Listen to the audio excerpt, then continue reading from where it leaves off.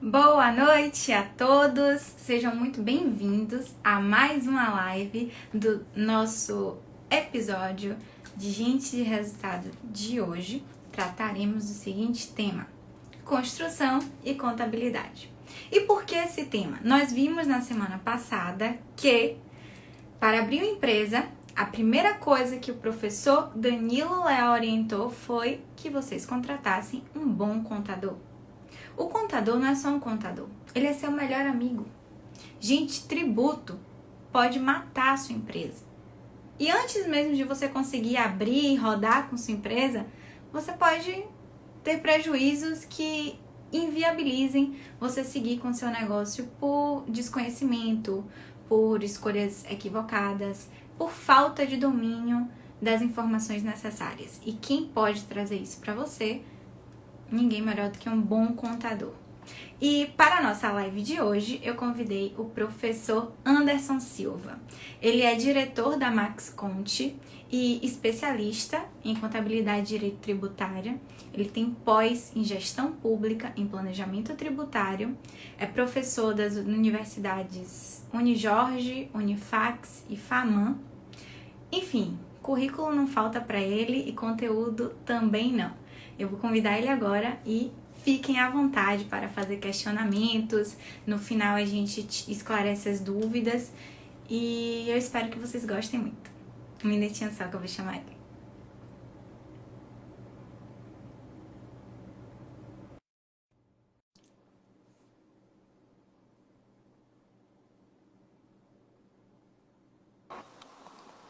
Professor, seja bem-vindo. Como é que tá a imagem aí, minha linda? Tá ótimo, Tá bem? tá bem. Muito bom. Boa noite a Boa todos. noite. Muito obrigado, Monique, pelo convite. Satisfação enorme em poder participar dessa live com vocês. E, é claro, estou aqui para poder contribuir e dar o resultado aí que essa live que eu já sei que é um sucesso. Vindo de Ah, você, minha amiga, dispensa comentários.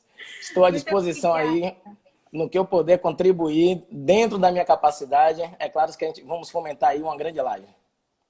Maravilha! Então, vamos começar para não perder tempo, porque só temos uma hora, né? Para discutir aqui os assuntos. Seguinte, começando com a abertura da empresa, que foi o tema da nossa última live. Quais são as formalidades para a abertura da empresa? Vamos lá. A nossa legislação societária, na verdade, ela traz inúmeras possibilidades que os sócios, o empresário, ele tem a possibilidade de estar constituindo uma empresa. Então, o que é que eu posso dizer inicialmente? Não existe um tipo de sociedade específica para cada tipo de negócio, não existe a sociedade boa ou a sociedade ruim. O que é que deve ser analisado em cada requisito é o quê? O tipo da atividade, fazer literalmente uma viabilidade prévia do negócio que vai estar sendo constituído, se essa sociedade que está sendo constituído está sendo de uma maneira individual, requer sócios, se esses sócios que estão constituindo essa empresa, ele pretende abrir essa empresa para um mercado de capitais, se ele quer ter uma proteção maior em seu patrimônio, se ele quer deixar o seu patrimônio separado. Então, a gente tem N formalidades, N tipos de empresa, que cada um tem a sua particularidade. Então, inicialmente, o que é que eu sempre recomendo? É sentar com um profissional da contabilidade, passar o seu real anseio, o que é que você pretende com aquela empresa, porque às vezes muitos empresários, eles mensuram na sua totalidade um tipo de negócio, que às vezes ele tem um conhecimento prévio, mas quando ele parte para o campo da constituição da empresa, quando ele se depara com aquelas chamadas classificação de atividade econômica, aquilo que ele estava mensurando, na verdade, na prática, não é o que ele queria literalmente trazer para a empresa. E o que pode acontecer, uma grande penalidade, é ele estar inserindo uma determinada atividade que pode cobrar dele alguns tipos de exigência ao qual ele poderia estar dispensado ou não. Ok, então, trazendo para a nossa realidade, vamos simplificar e restringir as áreas de atuação para engenharia. Nós poderíamos ter serviços de engenharia e arquitetura vinculados, Certo. Construtora ou incorporadora. Temos essas três opções. Ok. De premissa, o que é que a gente tem hoje, dentro da regulação hoje? a área de arquitetura, especificamente, que é exigida por um determinado profissional, que ele tem que estar inscrito no órgão de conselho, no órgão de registro, essa é obrigatório que essa pessoa faça parte da composição societária, diferentemente da construção civil.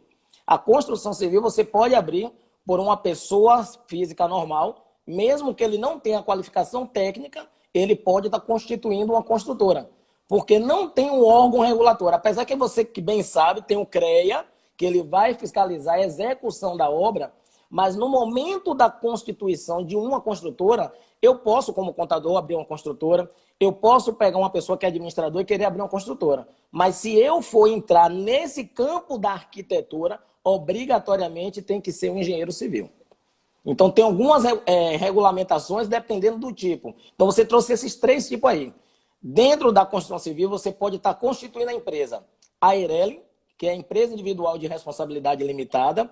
A sociedade limitada, que ela é constituída por 2 ou mais sócios, no qual o sócio, o capital que ele vai estar aportando na empresa vai ser a sua responsabilidade. E bem como ele também pode estar constituindo uma empresa de sociedade anônima, tanto de capital aberto ou de capital fechado. A única impeditivo em algum quesito é a questão do empresário. O empresário tem a permissibilidade para a construção civil, mas para as demais atividades não podem. Entendi. Então, falando aí sobre essa questão dos tipos de empresa que podem ser abertas, eu gostaria que você detalhasse as características de cada um desse tipo. Vamos começar devagar. Uma sociedade empresarial limitada. O que significa? Quais são as características desse tipo de empresa? Pronto. Como o próprio nome já diz, limitada.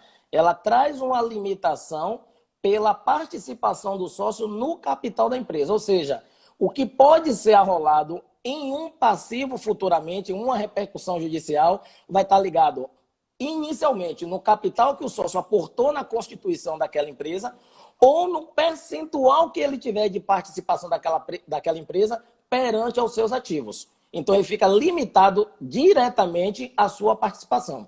Claro que a gente tem uma excepcionalidade, que é quando a gente entra no Código Tributário Nacional, que o CTN, no artigo 135, ele traz algumas penalidades, que são os crimes contra a ordem tributária, que pode ser sonegação, simulação, entre outras, que aí despersonifica essa questão da participação societária e o seu patrimônio pessoal também pode ser arrolado.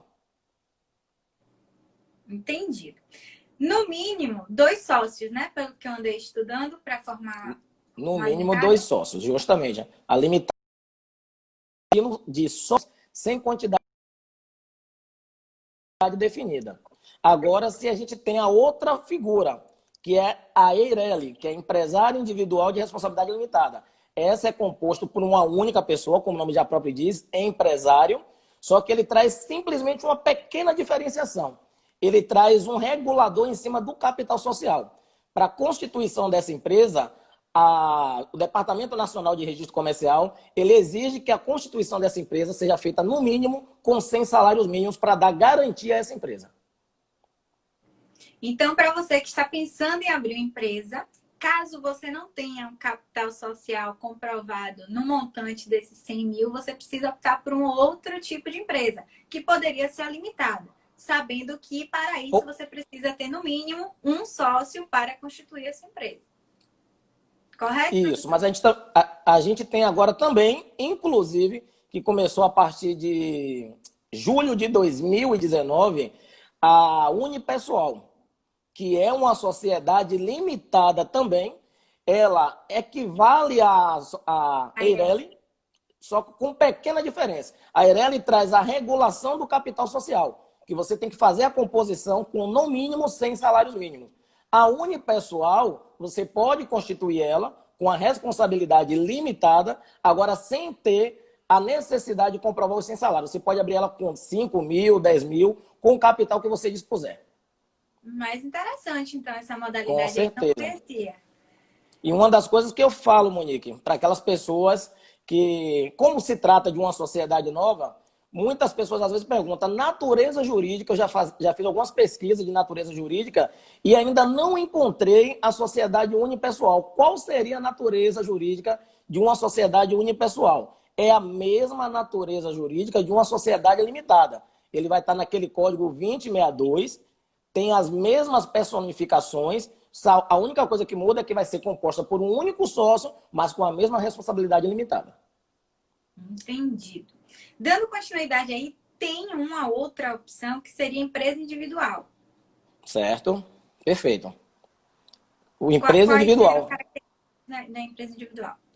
O que acontece? O empresário, na verdade, é por isso que você vai ver em alguns momentos, quando chega muito ao nosso escritório, muitos colegas também, muitos empresários perguntam, Anderson, eu quero saber por quê. Eu tenho uma empresa individual e, na maioria das vezes, eu não consigo conseguir uma linha de crédito. Minha empresa tem um bom funcionamento, um bom faturamento, ando 100% regular com minhas obrigações, mas, às vezes, eu consigo ter esse entrave.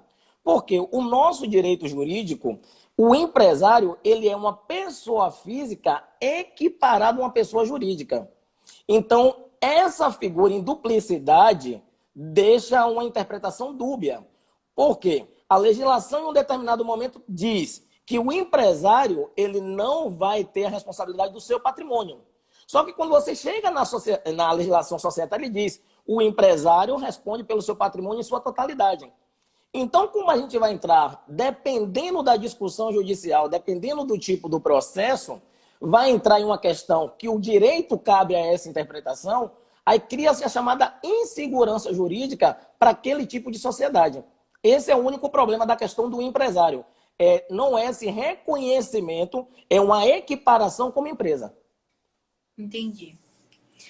E no caso do microempreendedor individual? Certo. O microempreendedor individual, ele é uma empresa, ele é um empresário. Aí a gente pode até chegar um pouquinho mais lá na frente, a gente já pode adiantar aqui e falar um pouquinho de tributação. É a mesma coisa de eu dizer para você, eu sou empresário, tenho uma microempresa, está enquadrada no Simples Nacional. Quando a gente constitui o microempreendedor individual, ele nada mais é do que um próprio empresário, tanto que no seu momento da constituição você recebe aquele NIRI, que é o número de inscrição do registro econômico da junta comercial e o CNPJ. E quando você for analisar a natureza jurídica dele, ele vai estar enquadrado no 2135, que é a modalidade do empresário. Ou seja, é um próprio empresário que ele traz simplesmente o quê? Uma regulação na questão tributária, que ele lhe desobriga de você fazer o pagamento com base em faturamento e você tem uma taxa mensal pré-fixada. Só isso. Certo. E tem uma limitação também do capital, né? Que você só pode ter um faturamento até isso. Um determinado valor. Aí o que acontece? O microempreendedor individual, quando você faz a constituição dele, a maioria das pessoas não colocam capital. Então, quando você vai fazer aquele chamado impressão do certificado do microempreendedor individual, ele vai sair lá com o valor de R$1. E o que, na maioria das vezes, não reflete a realidade de um microempreendedor individual. Sim. Então, o que é que acontece? É ideal que no momento desse preenchimento você coloque aquele montante que você está aportando para fazer a realização do seu negócio. Mas ele tem uma limitação também. Você não pode ter um microempreendedor individual acima de 100 salários mínimos. Sim, senhor. E para finalizar, uma SA. Vamos lá. Sociedade anônima. Essa é uma grande vantagem que você pode analisar. A maioria das grandes corporações optam por esse tipo de sociedade. Primeiro, como o próprio nome diz, sociedade anônima. É onde você não vai ter a exibição do sócio. Você vai ter pessoas como acionista. Ela é constituída, ao contrário do que a gente falou aqui das sociedades, que eu fiquei até devendo, vou me corrigir aqui. Quando a gente tem uma EIRELI, a gente tem um contrato social, a sociedade limitada tem um contrato social, o empresário tem o seu próprio requerimento de empresário. E quando a gente constitui a SA, a gente tem um estatuto social. Esse é o primeiro diferenciação de um para o outro. Que no estatuto a gente tem que ter uma quantidade mínima de acionista, a gente vai ter que delegar um grupo que vai fazer a gestão, que a gente vai ter a parte administrativa, a diretoria, tesouraria e entre outros afins, ao qual eu não vou entrar aqui agora. E o princípio da sociedade anônima é que esses acionistas que estão fazendo a composição dessa sociedade não tenham o seu patrimônio arrolado em nenhum momento. Ele tem essa segurança jurídica. É por isso que ele muda da denominação de sócio para acionista. Porque o sócio ele vai ter a responsabilidade.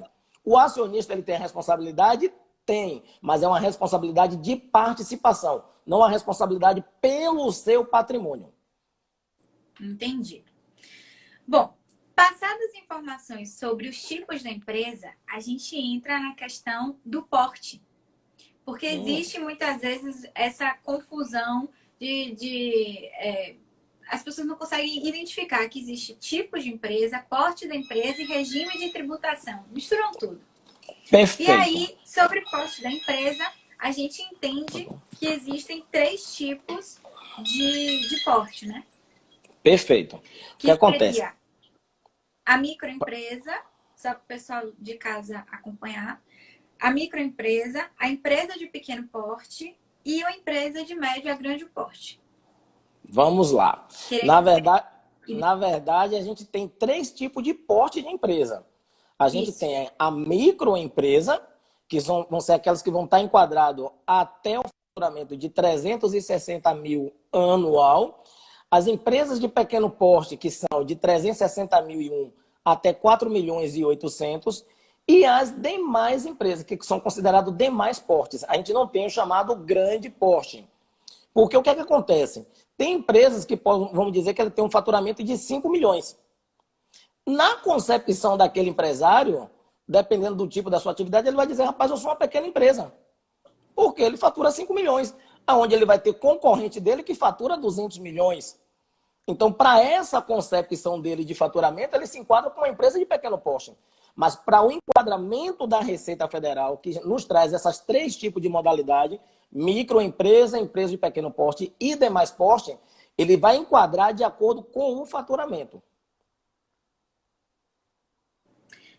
Agora, tem uma dúvida aí para quem pretende incorporar. Se você insere o KNAI de incorporação, você obrigatoriamente está fora da faixa de microempresa. Por que isso?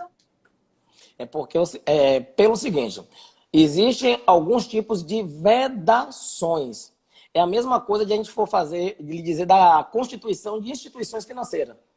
Instituições financeiras ela já tem uma vedação própria do Banco Central, que ela não pode ser classificada como microempresa ou empresa de pequeno porte. São tipos de empresas que têm particularidades que no momento que você tem a constituição, de acordo com a sua atividade econômica, ela obviamente lhe exclui desses tipos de enquadramento de empresa. Aí eu volto àquilo que eu tinha lhe falado, Monique.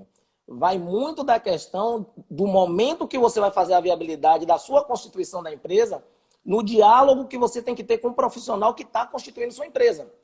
Porque aí você vem com a ideia, vamos supor, cliente A, chegou Anderson, quero abrir uma construtora. Aí ele fala, eu quero fazer limpeza de canteiro, eu quero fazer construção, reforma, demolição, entre outras atividades pertinentes. Só que ele traz para mim um outro cenário. Anderson, eu estou observando muito que a ideia de incorporação hoje pode me agregar valor futuramente. Eu vou colocar logo a atividade de incorporadora nesse momento para eu não ter esse custo futuramente. O que é que eu, como profissional, vou ter que orientar ele? Olha, se você agregar esse tipo de atividade, vai lhe trazer esse tipo de obrigação e vai lhe excluir desse tipo de enquadramento. Então, se a gente pensar em exercer a incorporação futuramente, a gente vai fazer um planejamento para ver se esse planejamento é viável, que a gente agregue essa atividade na empresa que você vai estar desenvolvendo ou que a gente pense em constituir uma outra empresa que essa própria incorporadora pode fazer a incorporação da própria construtora dele. Então, são esses tipos de planejamento, essa análise prévia que a gente tem que tomar muito cuidado no momento de uma constituição de empresa. Sim, senhor. Seguindo, vamos lá. O famoso regime tributário. Regime tributário. Ao qual todo mundo gosta de falar que é simples nacional. Eu sou simples. E lucro presumido e lucro real. Quais as diferenças entre esses 3 tipos de tributação? Eu vou começar logo com o simples que não é simples. Eu acredito que em 1997, quando criou o Simples Federal, que depois virou Super Simples, agora é Simples Nacional. Cada dia que passa, ele vai ganhando um novo corpo, vai agregando novos tipos de atividade, vai facilitando também, eu não vou negar, algumas empresas, algumas atividades que não eram permitidas, hoje pode estar entrando dentro dessa modalidade, mas é por isso que tem que ter o cuidado. O Simples, a gente traz aquela modalidade pela agregação de vários tributos em um único recolhimento e uma forma simplificada de escrituração. É por isso que ele traz essa denominação de simples, para tentar facilitar o trabalho da contabilidade e da vida do empresário. Só que acontece, o Simples Nacional, como qualquer outro tipo de regime tributário, tem suas obrigações. E aí o que às vezes acontece muito, o empresário traz ideia, eu tenho uma empresa simples, não dou trabalho ao meu contador. Não vou puxar barganha aqui para mim, de forma nenhuma. Mas eu estou falando uma realidade que é o Simples Nacional hoje em dia. Qual é a primeira delas? Simples Nacional, como qualquer outro tipo de empresa, Monique, qualquer outro tipo de regime tributário, o profissional da contabilidade, ele é obrigado a fazer contabilidade. O que a gente vê muito hoje em dia é, às vezes, um determinado profissional, que eu espero que alguém esteja assistindo aí, e que vamos quebrar esse paradigma de querer fazer livro caixa. Não é porque um determinado município cobra livro caixa, um determinado estado está cobrando livro caixa, que a gente deve fazer livro caixa. Até porque a gente está regulado pelo Conselho Federal de Contabilidade. E o Conselho Federal de Contabilidade deixa evidente, dentro do exercício da nossa profissão, somos obrigados a ter dois tipos de escrituração, livro caixa e demonstração contábil. Agora, é claro, as demonstrações contábeis ela vai se tornando mais complexa de acordo com o regime de tributação. Mas, em via de regra, a gente tem que fazer contabilidade, ou seja, levar informação aos nossos clientes e aqueles participantes a informação a nível de gestão, não a informação de fluxo de caixa diretamente, que tem a sua grande relevância e oportunidade. Mas a gente tem que deixar isso bem claro. O simples não é tão simples, principalmente a partir de 2020. Antigamente, a gente tinha uma forma do Simples Nacional que a gente tinha faturamento e uma alíquota direta que a gente aplicava e encontrava o valor do Simples. Hoje, a gente tem uma formulazinha básica que a gente tem que tomar como base.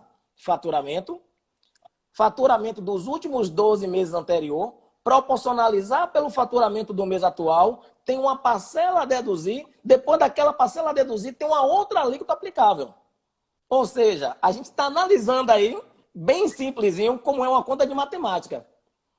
Vamos fazer, lembrar do nosso tempo do ginásio, chaves, colchete, parênteses, divide, multiplica e assim vai. Então, o simples não é tão simples. O simples não é tão simples. O simples não é tão simples. Fora o Simples Nacional, nós temos o lucro presumido, que são para empresas que faturam até 78 milhões, e o lucro real. O lucro real, ele pode ser para qualquer tipo de empresa. O que isso quer dizer? Eu já tive situações dessas aqui. Empresas de faturar 50 mil reais mês, o que dá um faturamento anual de 600 mil, que ele poderia estar tranquilamente dentro do Simples Nacional, o empresário chegar para mim e conversar, Anderson, eu quero ser lucro real. O que foi que a gente fez? Sentou, fez um bom planejamento tributário, viu naquele momento as variáveis, se realmente seria viável ele migrar para o lucro real, até porque o lucro real traz uma demanda de obrigações muito elevado e a contabilidade tem que ser tempestiva. Não que a contabilidade nos outros tipos de regime de tributação não seja, mas a contabilidade por lucro real ela tem que ser tempestiva porque a gente tem prazos de entrega muito curto de obrigações a serem declaradas. Então, essa é a diferenciação. Sem falar que empresas, qualquer uma pode ser lucro real? Sim. Qualquer uma pode ser Simples Nacional? Não. Dentro da legislação do Simples Nacional, que a gente está com a lei complementar agora 155 de 2016, ele traz um anexo que vem detalhando as atividades permissíveis. Tem algumas atividades que ela tem a chamada atividade concomitante, ela exerce uma atividade que não é permitida do Simples, mas ela tem uma atividade que é secundária. Em alguns casos como ele acaba enquadrando. Mas aí o profissional que vai fazer essa apuração tem que tomar todo o cuidado para fazer a segregação e oferecer a tributação devidamente. Perfeito? Sim, senhor. Muito bem. Se simples é complicado. Muito simples. Anderson, por favor, verifique aí sua internet. A imagem está um pouco turva. A minha internet? Deixa É. eu ver. Deixa eu mudar de posição para ver se ficou melhor. Melhora? Não, ainda tá. Você quer sair e entrar de novo? Vamos lá? Pode ser. Faça isso aí. Melhor. Deixa eu fazer aqui, só um minutinho.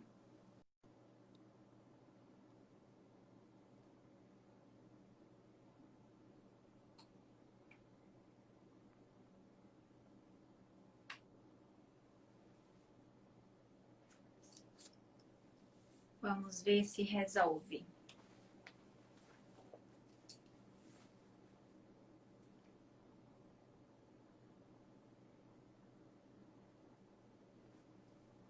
Olá, Nilson, seja bem-vindo.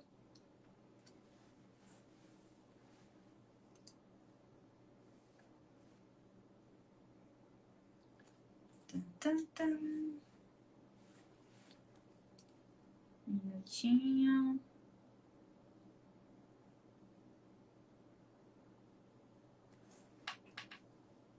Se alguém tiver alguma pergunta, pode ir elaborando que a gente faz para ele. Agora, boa noite, Thiago. Voltamos, bem melhor agora. Melhor? Bem melhor. Vamos lá. Lucro presumido. Lucro presumido. A gente falou, pegou tudo aí de Simples Nacional, ficou tranquilo? Sim. Pronto. Lucro presumido. Para as empresas que faturam até 78 milhões e que não estejam no Simples Nacional. As empresas que tiverem faturamento acima de 4 milhões e 800, que não podem estar no Simples Nacional, elas obrigatoriamente elas já se enquadram como lucro presumido. E elas têm essa possibilidade de permanecer no lucro presumido, tendo faturamento até 78 milhões. Por que a gente tem essa denominação de lucro presumido? É porque a gente tem uma chamada tabela de presunção, que em vez de a gente pagar em cima do lucro real da empresa, depois de a gente fazer todos os confrontos de receita e despesa, a Receita Federal criou uma tabela que essa tabela ela vai pegar de acordo com o tipo de atividade e vai determinar qual seria o lucro presumido que aquela empresa teria. Um exemplo, a gente tem uma empresa de atividade de construção civil, que é o nosso foco aqui agora. Empresa de construção civil, a Receita Federal subentende que ela já tem uma presunção de um lucro, no mínimo, de 32%. Então, o que acontece? Você pega o faturamento do trimestre, lucro presumido tem essa característica, apuração de forma trimestral, e com base nesse faturamento do trimestre, aplica-se 32%, que a gente vai encontrar a base presumida, e depois é que a gente aplica a alíquota do imposto de renda, que é de 15%. E em cima desse montante, a gente verifica se a gente vai ter um adicional a pagar ou não. Mas a forma de apuração do lucro presumido seria basicamente essa. Entendi. E em relação à viabilidade, para você conseguir abrir uma empresa, você pode abrir em qualquer local, a construtora pode ser aberta em qualquer local, ou você precisa fazer uma análise de viabilidade se a área que você decide atuar permite essa atividade? Vamos lá. Duas situações aí. Primeiro, quando a gente vai fazer a questão da viabilidade, a gente sempre leva em consideração que a empresa a construtora vai atuar naquele local ou ele vai ter sede. A maioria das construtoras são sede. Ela possui um escritório administrativo. Os locais onde ela executa as suas atividades, em 99% dos casos, são fora da sua atividade. Agora, claro que tem aquelas premissas também de algumas construtoras, elas fabricarem o próprio material no seu canteiro de obras. Ou ela fabrica no canteiro de obras, perdão, onde ela está realizando, ou dentro da sua própria empresa. Se ela executar essa fabricação na sua própria empresa, aí sim vai precisar uma análise técnica, o pessoal vai mandar os fiscais fazerem as verificações para a construção desse material, se estão de acordo com o próprio CREA exige. Entendi. E sobre o nome da empresa? A gente pode escolher qualquer nome? Tem alguma Vamos análise lá. que precisa ser feita? Nomes da empresa. O que acontece? Quando a gente vai constituir uma empresa, a gente tem que colocar na viabilidade, que é o primeiro pedido nosso, e a gente, deixa eu até modificar, porque eu estou falando muito de viabilidade e isso muda de município para município. O que acontece? Vou tomar como base Salvador. Salvador, antes de a gente fazer a viabilidade, a gente tem que pedir o chamado TVL, que é o termo da viabilidade de localização municipal.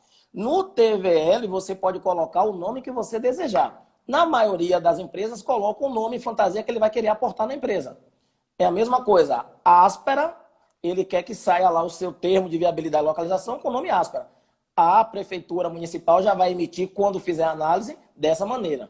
Quando a gente encaminhar para a junta comercial, que a gente vai trabalhar com a questão razão social, a gente precisa oferecer 3 nomes para a pesquisa. E a gente coloca em ordem de preferência e quem vai deferir essa pesquisa é a própria junta comercial. Nós não temos poderes sobre isso. Entendido. E os documentos para a constituição dessa empresa? O que é que a gente precisa? A constituição de empresa hoje em dia, Monique, então é uma coisa muito simples. Vai de acordo muito com o tipo da empresa. A gente está falando aqui, seguindo um meio de construção civil, documentos pessoais do próprio sócio, comprovante de residência. Se o sócio ele tiver a qualificação técnica, tiver inscrito em algum órgão de registro, a gente vai pedir esse documento também para anexar, fazer o preâmbulo do contrato. Endereço da empresa. Geralmente, em quase todas as situações, a empresa, aonde ela vai estar localizada, ela precisa estar regular com o município. O que isso quer dizer? Situação do cadastro imobiliário, IPTU, tem que estar em situação regular. Ah, estou devendo IPTU, posso abrir a empresa? Não. Você pode ir lá na prefeitura, fazer a regularização, parcelar em N parcelas possíveis, mas só vai poder ter a viabilidade depois que essa situação imobiliária estiver regular. Então, documentos básicos, você já tem documento do sócio, documento da empresa, aonde vai ser a empresa, que via de regra é o IPTU, e a gente encaminha a formatação do contrato. Ah, entendido. Tá muito simples. E a gente está chegando em um momento, na verdade, Salvador já começa a adotar, por incrível que pareça, a partir de hoje, 1º de julho. Todos os registros mercantis agora em Salvador vai ter que ser feito via certificação digital. O que isso quer dizer? A gente não vai ter mais aquelas assinaturas que a gente mandava o contrato para o sócio assinava, teria que ir no cartório, reconhecer firma, tudo vai ter que ser assinado digitalmente. Então, uma grande informação para vocês aí que vão pensar em constituir empresa. Antes de constituir a empresa, procurar uma empresa certificadora, fazer o certificado digital modelo A1, pessoa física, para daí depois entrar em contato com a contabilidade.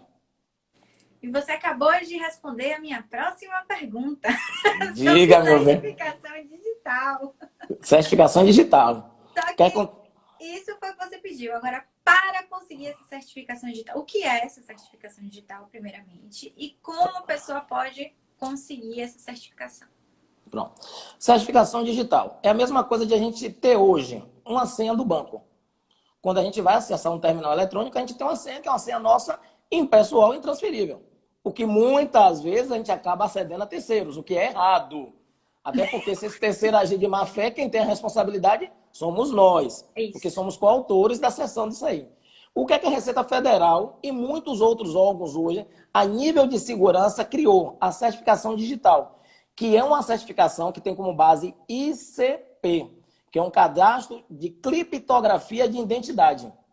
Ou seja, da mesma forma que a gente tem o nosso CPF, que nos define junto à Receita Federal o nosso cadastro de pessoa física, a gente tem essa certificação. E com essa certificação, você pode assinar qualquer tipo de documento digitalmente. Entendido. Trago ainda uma grande informação, viu, Monique? Para a questão de certificação. Acontece muito, empresas fazem certificado digital e mandam para a contabilidade. O que é que a gente tem aqui como protocolo? A gente não ficar com o certificado digital do cliente.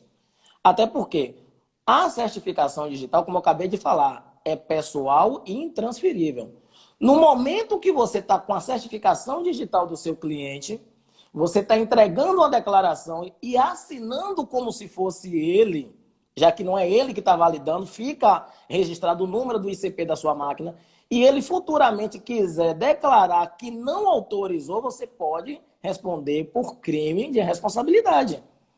Porque para você assinar pelo seu cliente, o que é que o cliente deve fazer no momento da certificação? Pega o certificado, outorga uma procuração, e dessa procuração, com o nosso certificado, a gente faz a assinatura. É por isso que eu estou falando que agora, para a constituição de empresa aí em Salvador, vai ter que ter a certificação. O que é que a contabilidade vai ter que fazer? Elaborei todo o documento, requerimento eletrônico, vou assinar como contador. Se tiver necessidade, dependendo do tipo da empresa, o advogado também assina, encaminha para o sócio acessa do seu ICP, assina e devolve. A gente só pega aquele arquivo já devidamente assinado e encaminha para o órgão para registro. Entendi. E depois Ótimo. a gente pode pensar numa live para ensinar a fazer esse cadastro da certificação, porque eu me bati outro dia que eu não consegui instalar no meu computador. É muito simples, é muito simples. Tem uma coisinha muito básica que as pessoas às vezes têm dúvida. Sabe o que é? Às vezes você tem um certificado instalado na sua máquina e você às vezes quer exportar aquele certificado. Foi o que eu Caminho que eu dou, bem simples. Você vai entrar pelo Internet Explorer, vai entrar naquela parte ferramentas, opções da internet, aí vai ter segurança, certificados. Você vai encontrar o certificado, clica nele, embaixo já vai aparecer exportar certificado. Quando aparecer exportar certificado, você vai ter duas opções. Exportar com chave privativa ou sem chave privativa. Se você quer exportar para uma pessoa que é da sua confiança, que aquela pessoa já possa utilizar seu certificado, você já bota com chave privativa, que no momento que ele receber ali, ele instala e automaticamente já está funcionando. Boa dica. Perdi umas 4 horas e não resolvi nada. Relaxa, amanhã a gente resolve, fique tranquilo. Mas por que essa pergunta em relação à certificação digital? Puxar um outro assunto aí que eu acho que é o último para a gente encerrar. Eu estava fazendo um curso de análise de avaliação imobiliária e uma das dicas que eles dão para facilitar o cadastro junto aos bancos é que seja feito um cadastro no SICAF, que eu nem sabia que existia um cadastro federal que você pode colocar sua empresa e a partir daí você concorre, né, quando abre as certificações para os bancos, você pode incluir sua empresa e participar do processo. E quando você tem essa certificação do SICAF, facilita a análise da documentação da sua empresa perante os bancos. Então, você faz uma vez só e não precisa ficar mandando para cada banco cada vez que tiver uma certificação para ser incluso. E aí, eu queria que você desse algumas dicas aí, o que é primeiro esse SICAF, como é que funciona, e se tem algum benefício extra além desse, ou se pode prejudicar de alguma forma as empresas, questão de fiscalização, algo assim, eu queria saber. Pronto, vamos lá. SICAF é um órgão do governo federal que tem a supervisão do Exército, certo? O SICAF, na verdade, ele foi criado por volta de 1960. Qual foi o grande objetivo do SICAF? Quando a gente estava expandindo a nossa economia, a construção de muitas rodovias, ferrovias, que a maioria delas eram feitas pelo próprio Exército, e o Exército chegou em um determinado momento com grande demanda, o Exército resolveu fazer o quê? Criar parceria com empresas para executar sobre a supervisão do próprio Exército. E para isso o Exército criou o SICAF, que é o Sistema de Cadastro Fiscal, para que essas empresas deixassem os seus dados cadastrados, tivessem essa verificação da regularidade, acompanhado em tempo real, e isso aí foi utilizando, e hoje o SICAF ele é muito utilizado, principalmente para empresas que trabalham em certames licitatórios. Esse é uma grande vantagem do SICAF. Além de toda essa questão que trabalham alguns bancos, na maioria deles bancos federais, que já pegam essa base de dados do SICAF. Então o SICAF tem essa grande vantagem sim, só que tem um pequeno detalhe. O SICAF ele trabalha com prazo de validade. Não pense que você fazendo o cadastro no SICAF agora, você está isento de deixar a documentação lá. Ele vai lhe dar o cadastro válido por um determinado momento e logo após você vai ter que estar sempre renovando. Até porque um dos pré-requisitos que o SICAF vai estar cobrando é a questão de certidão de regularidade fiscal. E todas essas certidões de regularidade fiscal têm um prazo de validade. Entendi. Mas, assim, e vai ter que pagar aquelas taxas sempre que renovar ou ela vai reduzindo? O que acontece? Vai depender muito do tipo do cadastro que você tem no SICAF. Eu acho que eu já comecei errado por aí, porque quando eu baixei o boleto era R$1.000. Só pra... Pois é, pois é. O que acontece? Vai depender muito do tipo do seu cadastro. Tem um cadastro simplificado, que você tem o primeiro valor, que realmente é um valor um pouco mais agregado. Você faz o cadastro, porque ele vai fazer uma análise muito mais prévia, muito mais minuciosa, para fazer a sua validação. E na renovação, dependendo do tipo da atividade, não tem nem pagamento de taxa. Isso é bom. Pois é. Vai depender muito do tipo da atividade empresarial. Monique, deixa eu aproveitar aqui. Eu vi uma pergunta de uma nossa auditora, que eu não gravei o nome dela, que ela fez uma pergunta. Além do certificado pessoa física, para quem já tem empresa vai ser necessário? O que acontece? Nesse momento, se sua empresa ela está situada no município de Salvador, que é a exigência inicial a partir de hoje, e ela for fazer qualquer tipo de ato que vá precisar do registro comercial, vai ter que ter sim também o certificado de pessoa física. Ah, eu já tenho um certificado da pessoa jurídica, vou precisar da pessoa física? Vai. Porque quem assina o ato contratual são os sócios. Entendido. Perfeito. Eu tenho os dois. Ótimo, parabéns. Mas não me lembro da pessoa física de usar para nada. Parabéns. Nota 10. Bom, é isso. Alguém tem mais alguma pergunta, alguma dúvida sobre abertura de empresa, sobre documentos, sobre tributos, emissão de nota fiscal? Aproveitem, viu? Consultoria Construtora, principalmente você que trabalha nessa área, alguma dúvida? Porque é uma coisa que eu vejo muito, que é recorrente, quando a gente pode falar aquela questão de consórcio, SPE, que são modalidades. Vou construir para minha casa, minha vida, que a gente tem um programa de regime de tributação especial também. Então a gente tem N particularidades aí dentro da seara de vocês. Rodrigo Sabac, grande Sabac, chegou aí, Mônica. E já chegou. Pode fazer pergunta, Rodrigo. E ele já chegou dizendo, viu? Vou fazer uma procuração. Pode fazer também, Rodrigo, claro. Pois é. Aí você vai analisar, é claro, a situação de clientes para clientes. Mas o que eu estava falando aqui, Rodrigo, da questão da obrigatoriedade do certificado de pessoa física, são para o registro na junta comercial. Eu não estou falando para utilização para dentro do portal da Receita Federal e demais órgãos. Junta comercial, para a Constituição, vai ser obrigatório mesmo. E isso aí, infelizmente, você não vai poder fazer essa procuração eletrônica. Caramba! Resumindo, pagar sempre, né? Com certeza. É o que eu sempre digo.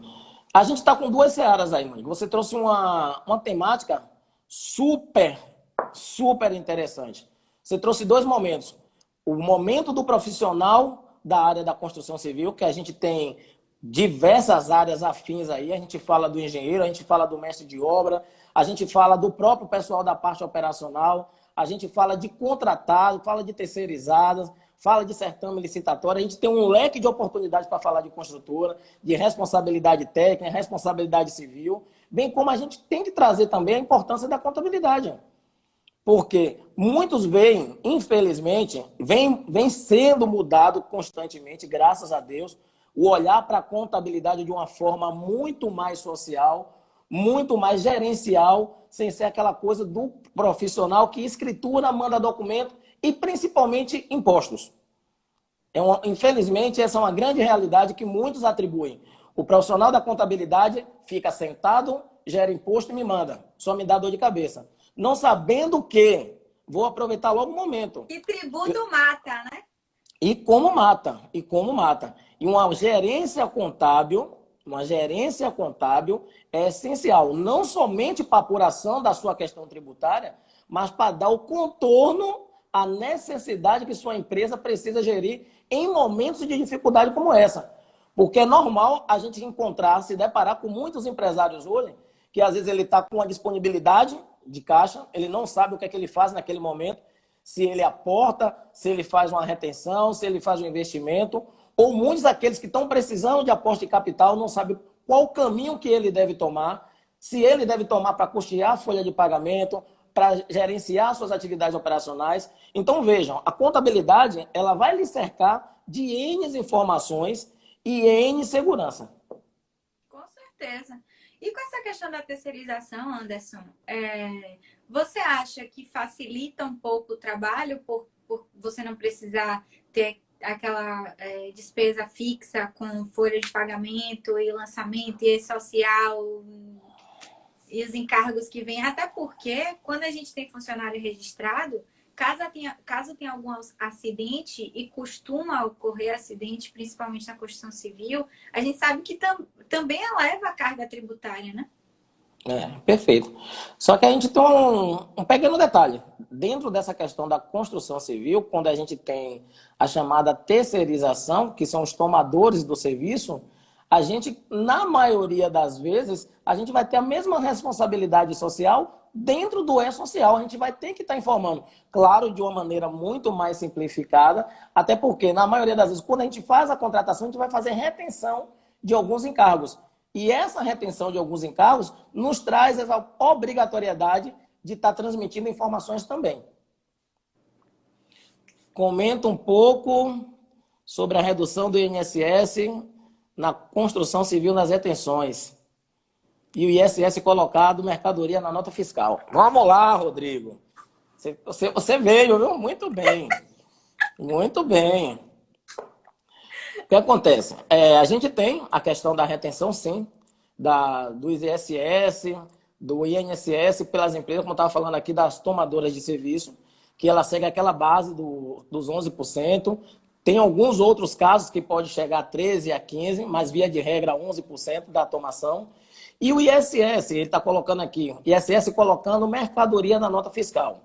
O que acontece? Deve-se observar inicialmente o regulamento do ISS de cada município. O que é que a gente tem como base? A lei que regula a questão do ISS, que é a 123. A 116, perdão. A 116 de 2013, ele diz o seguinte: não tem percentual. Então, o que acontece? Se eu prestei um serviço, eu empreguei mercadoria, vamos lá, eu cobrei 100 mil reais para prestar aquele serviço, construí uma casa. Naquela casa eu gastei 92 mil. Minha obrigação, de acordo com o regulamento do ISS, é pagar como base em cima dos 8 mil reais.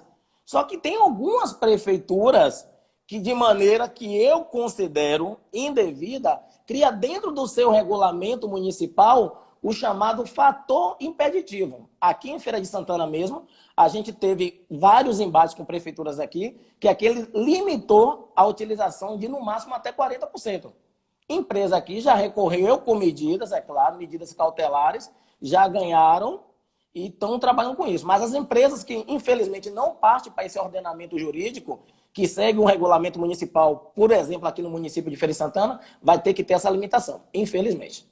Agora, isso aí não seria o caso também? A gente vê muito fechar contrato que a gente fecha a obra, dá o preço cheio da obra, por exemplo, 100 mil reais, como você falou aí, e o faturamento do material, ao invés de ser a responsabilidade da construtora, é emitido diretamente contra o cliente, para não ter essa questão da bitributação, né? Aí a preocupação que eu acredito que o Rodrigo e muitos outros devam estar se perguntando é pelo seguinte: se você fechou o contrato comigo por 100 mil reais, você vai me fazer o pagamento de 100 mil reais. E se eu tiver de emitir o documento fiscal para você, para fazer essa conta-prestação no valor de 100 mil reais, eu devo ser tributado em cima do valor do documento fiscal. E aí o que ele traz da informação é essa: se o meu documento fiscal está com 100 mil e eu tenho 60 mil, que eu vi até Rodrigo botar aí, Rodrigo já botou aí, Salvador está com a base 60-40. Eu botei lá que eu gastei 70 mil de material, eu vou ter que ser tributado, infelizmente, com base de 40. O que eu considero isso aí indevido. Agora, é claro, nós, profissionais da contabilidade, a gente tem que seguir o que está imposto pelo decreto. Mas é claro que, dependendo do montante, do faturamento, do que vai ser empenhado, se a gente vê que é viável entrar com ordenamento jurídico, mandado de segurança, vamos entrar. E em muitos casos, é muito viável entrar com mandado de segurança. Outra dúvida, tem empresas que não apresentam inscrição estadual. Perfeito. Eu já pesquisei sobre isso, mas eu gostaria que você falasse com o pessoal o que é que implica isso. Nada. Não ter a inscrição estadual é porque a empresa é exclusiva para prestação de serviço, então não tem tributação em cima de material, que seria um tributo estadual? Perfeito. Vamos lá, a gente tem duas situações aí quando a gente fala da questão da inscrição estadual. Primeiro, Secretaria da Fazenda, em 2017, ele fez por baixo de um decreto, excluindo, inclusive, as empresas de construção civil de ter inscrição estadual. Ou seja, todas as empresas que tiverem alguns tipos de classificação de atividade econômica, dentre elas vão estar na base de 40, do código que inicia com 43 até 45, não pode ter inscrição estadual. E o que isso acarretou? Tinha muitas empresas, por exemplo, que tinha comércio de material de construção, o que obriga ela a ter inscrição estadual, mas dentro do seu contrato social, além da atividade do comércio de material de construção, ela tinha atividade de prestação de serviço de construção civil. Então, ela foi obrigada a fazer uma alteração contratual e segregando essas atividades. Não pode mais. Qualquer empresa hoje que traga atividade de construção civil não pode ter inscrição estadual. E via de regra é essa. Atividade comercial ou industrial, essas são obrigatórias ter inscrição estadual. Atividade de prestação de serviço não é obrigada. Ok. E sobre as SPs, qual é a vantagem de você abrir uma SPE dentro de uma construtora? Falando em relação à questão tributária. Pronto. O que acontece? A SPE, o que é que pode acontecer? Vamos lá, você já tem uma empresa hoje, vou pegar pelo exemplo aí, a Áspera, e a Áspera hoje encontrou um determinado empreendimento para fazer. E você já sabe que aquele empreendimento vai ter o seu prazo determinado de execução. Uhum. E você quer fomentar a execução dessa atividade comigo. Vamos supor, você tem um conhecimento técnico e eu tenho um conhecimento de capital. O que geralmente acontece muito em consórcios. Mas vamos deixar dentro da SPE, que é uma coisinha mais próxima. O que é que a gente faz? A gente monta uma sociedade de propósito específico e essa sociedade de propósito específico, como o próprio nome já traz, ela vai ter uma tributação própria, uma contabilidade própria, só que ela vai ter um prazo determinado de duração. O que justamente é ao contrário, na maioria das vezes, quando você constitui uma sociedade normal. Claro que você pode constituir também uma sociedade com prazo determinado, mas, via de regra, acontece o quê? A maioria das empresas são constituídas por prazo indeterminado. Dentro aqui, ó, Monique, Rodrigo trouxe uma informação aí. As empresas que tiveram essa situação, como eu citei aqui anteriormente, uma construtora que tinha a questão de uma atividade de material de construção, a revenda e a prestação de serviço. O que é que ele optou? Abrir uma filial e segregar as atividades. Até porque a contabilidade ela continua sendo centralizada, a tributação dos impostos federais ela continua sendo centralizada, mas o que a gente tange na questão estadual, cada filial vai ter sua própria inscrição, o seu próprio tipo de regulamento. Então, é uma boa saída. Parabéns, Rodrigo. O que não larga de ter custo, é claro, viu? Não larga de ter custo. É uma outra contabilidade, é uma outra empresa, é um CNPJ derivado, mas não larga de ser uma nova empresa. Vocês adoram abrir nova empresa pra gente, né? Não é o nosso caso. Na verdade, é que a gente está vivendo o momento de vocês, grandes empreendedores, conseguirem hoje agregar vários valores dentro do que vocês desempenham. Eu mesmo tenho atividade só, você pode fazer 50. Pois é. Eu mesmo tenho uma admiração enorme pela senhorita. Você é polivalente. Ah. Pois é. Eu já falei. Na minha concepção, você falta duas titulações: medicina e direito. Só. Porque o demais, meu amigo, você já está dominando tudo. Olha, sobre sua contabilidade, a gente que gosta de 2D, 3D, eu comprei esse pequeno livro aqui para tentar entender contabilidade geral 3D, viu, minha gente? Olha isso aqui. Sem condições, é melhor você contratar um contador. sai mais barato, porque se você colocar a hora aqui de estudo para entender essas continhas básicas que ele disse que dá para fazer aí, rápida de matemática, não é rápida, não é simples. Tem várias leis, várias restrições, várias exclusões, várias especificidades que a gente não tem domínio e a gente não tem como saber de tudo. Então, por mais que você estude e saiba, é importante você saber até para discutir, entender o que o seu contador está falando. Porque quando o Anderson começou a falar comigo, eu fazia tá certo. Depois eu falei, peraí, isso aqui, como é que funciona? Isso aqui dá para fazer desse jeito. E aí você vai entendendo realmente como é que funciona. Porque senão é só boleto, como ele falou, você recebe, paga. Perfeito, perfeito. Uma das coisas que eu acho interessante, Monique, na verdade, é quando a gente consegue criar, na verdade, ou despertar, a palavra mais correta seria essa, dentro do empresário, essa visão de empresário. Tirar aquela faculdade do dono de empresa que só está preocupado em ter lucro. A gente sabe que a questão de gerenciar, maximizar os seus lucros é importante, é necessário, é de sobrevivência, mas ter a comunicação plena de uma contabilidade, uma assessoria jurídica e que vocês possam estar justamente filtrando o que a gente está tentando transmitir para vocês de uma forma harmônica, isso é indispensável. Com certeza. Perfeito.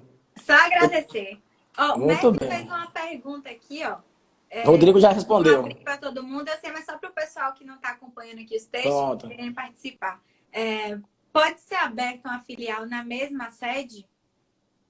Pode sim, pode sim. Essa mesma legislação que o Rodrigo citou aí, que trouxe essa exclusão da inscrição estadual para as empresas de construção civil, ele permitiu que as empresas possam ter uma filial no mesmo local. Até por conta dessa questão das subempresas, né? Das SPEs, enfim. Perfeito, perfeito. Tá. Eu vi também, tem algumas empresas, alguns clientes, que eles separam a empresa. Você tem a empresa, as SPEs, e muitas vezes vocês precisam, os construtores precisam deslocar funcionário. Nesse deslocamento do funcionário, ele não pode estar vinculado a uma SPE e ir trabalhar em outra SPE, correto? Não, vamos lá, recapitule aí que eu acho que ficou vaga a pergunta. Vamos supor, eu tenho um funcionário, eu tenho 10 obras rodando simultaneamente. Certo. E aí eu tenho um carpinteiro. O carpinteiro, certo, eu preciso dele 2 dias na semana. Então, eu posso ratear o custo dele entre 2 SPEs. Perfeito. Eu preciso cadastrar esse funcionário nas 2 SPEs, ou eu posso pegar simplesmente o funcionário aleatoriamente e jogar na outra obra porque é meu funcionário? Não pode. Porque isso acontece bastante, meus clientes. Não pode dizer isso. Dentro da construção civil, a gente se depara direto com isso. Inclusive, aqui eu já tive um caso com a construtora minha, que eu tive que conversar com o delegado aqui do Ministério do Trabalho, e ele me falou, Anderson, se a gente pegar, a gente vai autuar. O que acontece? A SPE, pela própria sua característica de propósito específico, tudo que você cria tem que ser direcionado para ela. Ao contrário de uma empresa normal, que a gente pode sim estar fazendo transferência de funcionários, a gente faz a comunicação pela conectividade, tudo certinho, sem problema algum, a SPE não lhe dá essa possibilidade. Então, eu posso sugerir para os meus clientes que eles criem dentro da empresa uma empresa específica e ela seja prestadora de serviço para as minhas SPEs? Isso é uma saída? Pode ser também. Ou registra esse trabalhador de maneira intermitente em cada uma das empresas. Entendido. Pode ser uma outra saída também. Porque aí ele vai fazer o quê? Cada uma das empresas vai contabilizar, vai fazer a apuração da sua folha de pagamento, onde ele não vai ter prejuízo de salário nenhum, porque quando totalizar o seu valor bruto, vai dar o mesmo, mas em compensação ele vai estar devidamente registrado em cada um e com sua garantia perante o Ministério do Trabalho em caso de fiscalização. Entendido. Bom, estamos com 1 minuto e 20 segundos restantes. Vou aproveitar para agradecer a sua participação. Infelizmente, as perguntas estão encerradas. só na próxima live, que a gente pode marcar mais pra frente. Anderson, muito obrigada pela sua disponibilidade. Você é fera demais, sou sua fã e amiga.